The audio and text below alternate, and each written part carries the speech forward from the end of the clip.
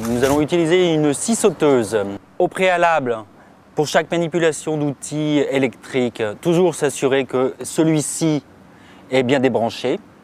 C'est trop dangereux, donc il faut toujours débrancher. On installe la lame dans cette partie-là. Il suffit de tirer vers le bas. On vient l'insérer dans le trou adéquat. Et puis ensuite, on peut vérifier que celle-ci est bien accrochée. On peut alors la brancher. On s'en assure en faisant démarrer. Au niveau des protections, il est idéal d'avoir des lunettes de protection. Si l'on veut, on peut avoir aussi un gant de maille de fer sur la main qui servira de guide. Par rapport à la découpe qui nous intéresse, il faut savoir que la scie sauteuse monte et descend, comme ceci. Donc lorsque vous allez couper votre planche, vous allez faire remonter le bois. Et du coup, le bois qui sera sur le dessus risque de s'abîmer, de remonter, de s'exploser et d'avoir des éclats un peu partout, tout au long du trait. Ce qui sous-entend que votre trait de scie, le trait de découpe que vous avez fait, sera en dessous dans la partie non visible de votre étagère, par exemple, si c'est une étagère.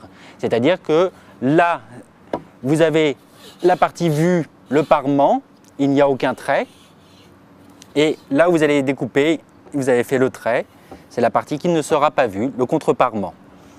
Donc nous avons fait le trait ici au préalable et nous allons donc découper directement en fonction de cela.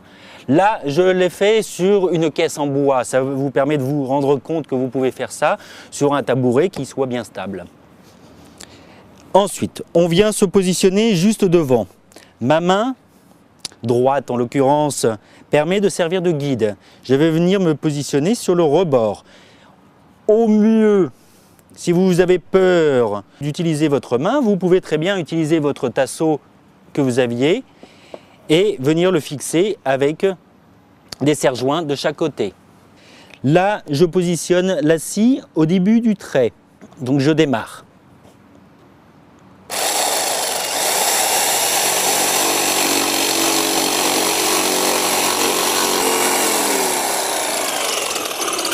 Idéalement, quand vous faites une découpe à la scie sauteuse, c'est de ne pas s'arrêter.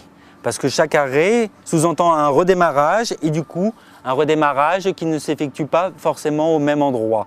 Donc l'idéal, c'est de continuer tout d'un seul trait. Pour être sûr de suivre le trait au mieux, vous avez des petites marques qui sont juste devant la lame qui normalement vous permet d'avoir un repère linéaire malgré les copeaux qui puissent se mettre devant.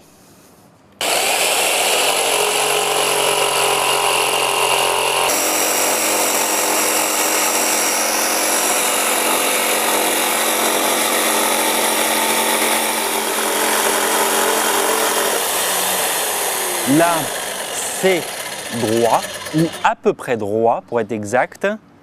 Malgré les précautions, il faut s'entraîner pour arriver à le faire de plus en plus droit. Pour s'en assurer, il suffit de prendre ce morceau que l'on a découpé avec le côté bien lisse et ça nous permet de nous rendre compte que nous pouvons encore améliorer la planéité de ce champ. Donc là, ça sera pour un autre chapitre avec le rabot ou la varlope.